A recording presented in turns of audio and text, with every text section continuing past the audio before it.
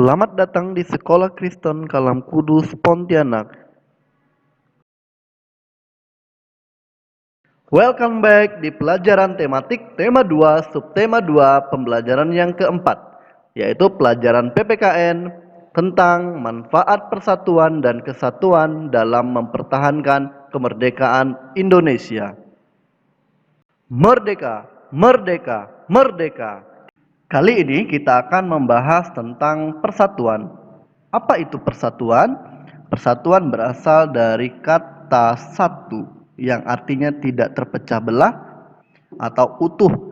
Artinya persatuan yaitu bersatunya bermacam-macam aneka ragam kebudayaan yang utuh dan serasi. Itu adalah pengertian dari persatuan. Pengertian persatuan dan kesatuan bangsa. Persatuan adalah berkumpulnya berbagai kalangan masyarakat yang berbeda suku, agama, ras, budaya, dan adat istiadat yang berjanji atau bersumpah untuk menjadi suatu kesatuan. Sedangkan kesatuan adalah sekumpulan orang yang memiliki persamaan latar belakang, suku, budaya, adat istiadat, atau agama yang sama yang membangkitkan jiwa untuk menjadi satu keutuhan. Upaya mempertahankan kemerdekaan Indonesia tidak hanya dilakukan melalui pertempuran, namun juga dilakukan dengan melalui jalur diplomasi, perjanjian, dan perundingan. Coba anak-anak perhatikan gambar di sebelahnya, yaitu ada gambar perjanjian Linggarjati, perjanjian Renville, konferensi meja bundar, dan perjanjian Romroyen. Itu adalah contoh-contoh yang dilakukan oleh bangsa Indonesia dalam upaya mempertahankan kemerdekaan Indonesia. Kalian sudah mengetahui bahwa upaya mempertahankan kemerdekaan Indonesia juga dilakukan melalui upaya diplomasi. Diplomasi adalah seni dan praktik bernegosiasi oleh seseorang yang biasa disebut dengan diplomat, yang biasanya mewakili sebuah negara atau organisasi. Perjanjian-perjanjian internasional umumnya dirundingkan oleh para diplomat terlebih dahulu, sebelum disetujui oleh pembesar-pembesar negara. Agar tujuan diplomasi tercapai, maka diperlukan kerjasama dan persatuan dari semua pihak. Tujuan diplomasi yang pertama, adanya perolehan, pemeliharaan, penambahan, pembagian yang adil. Tujuan utama diplomasi adalah pengamanan kepentingan negara sendiri. Diplomasi yang baik atau efektif adalah untuk menjamin keuntungan maksimum negara sendiri. Kepentingan terdepannya adalah pemeliharaan keamanan negara. Anak-anak semua, menjaga persatuan dan kesatuan bangsa merupakan kewajiban seluruh rakyat Indonesia. Karena negara kita terdiri atas berbagai suku, agama, dan ras. Persatuan dan kesatuan merupakan hal yang sangat penting, baik dalam rangka merebut, mempertahankan, maupun mengisi kemerdekaan. Bersatu kita teguh mengandung makna menyatunya berbagai unsur dan perbedaan yang ada menjadi suatu kesatuan yang utuh dan serasi sehingga muncul suatu kekuatan. Bangsa Indonesia telah membuktikan bahwa dengan persatuan dan kesatuan kita mampu menghadapi penjajah dan akhirnya meraih kemerdekaan yang kita peringati pada tanggal 17 Agustus tahun 1945. Makna persatuan dan kesatuan. Rasa persatuan dan kesatuan menjalin rasa kebersamaan dan saling melengkapi antara satu dengan yang lain.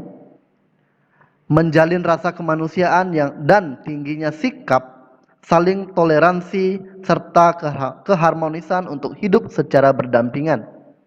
Menjalin rasa persahabatan, kekeluargaan, dan sikap saling tolong-menolong antar sesama dan bersikap nasionalisme.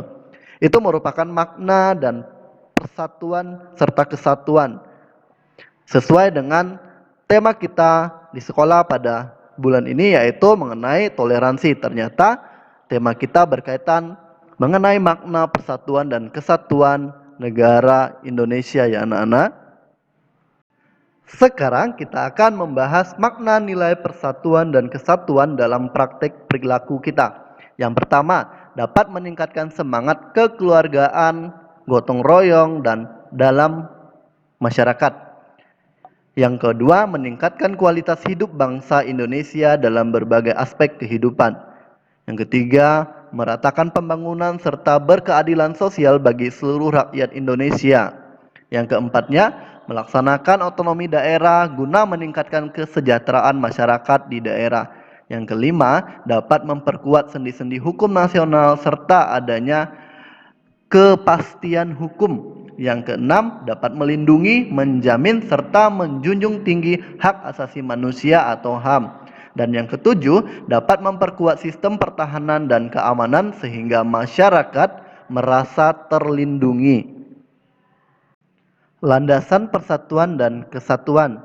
Negara Indonesia yang diproklamasikan oleh para pendiri negara adalah negara kesatuan.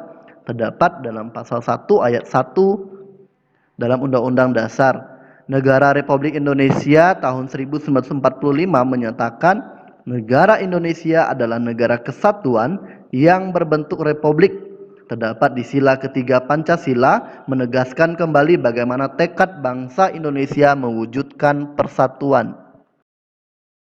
Prinsip persatuan dan kesatuan, yaitu prinsip Bhinneka Tunggal Ika, prinsip nasionalisme Indonesia, prinsip kebebasan yang bertanggung jawab, prinsip wawasan Nusantara, prinsip persatuan pembangunan untuk mewujudkan cita-cita reformasi.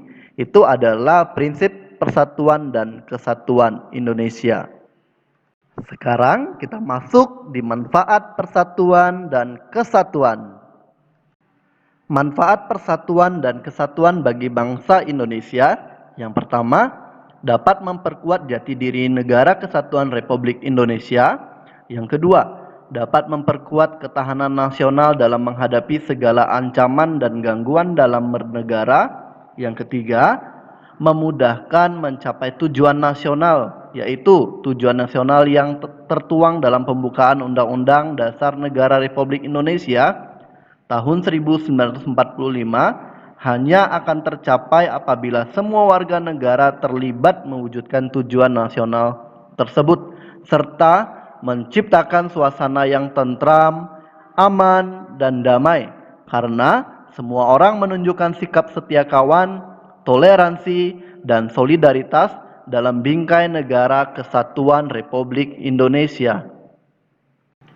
Dalam kehidupan bernegara, pengamalan sikap persatuan dan kesatuan diwujudkan dalam bentuk perilaku, yaitu dapat mempertahankan persatuan dan kesatuan wilayah Indonesia, meningkatkan semangat Bhinneka Tunggal Ika, mengembangkan semangat kekeluargaan, serta menghindari penonjolan SARA. Nah, itu tadi penjelasan mengenai sikap persatuan dan kesatuan bangsa Indonesia. Sekarang buka buku kalian di halaman 79 dan di situ ada tugas yang harus kalian kerjakan serta kumpulkan. Ada 3 soal dan ada 3 kotak, masing-masing satu kotak itu adalah satu soal. Kalian boleh mengerjakannya dengan baik dan benar sesuai dengan perintah dari pengerjaan soal tersebut. Jika ada pertanyaan atau hal-hal yang kalian kurang mengerti, kalian boleh bertanya kepada Mister dan Miss melalui WhatsApp pun boleh, melalui Google Classroom juga boleh. Dan jangan lupa dibaca kembali dan diingat kembali pelajaran-pelajaran sebelumnya. Dan Mister ucapkan terima kasih. And God bless you kids. Sampai jumpa. Bye-bye.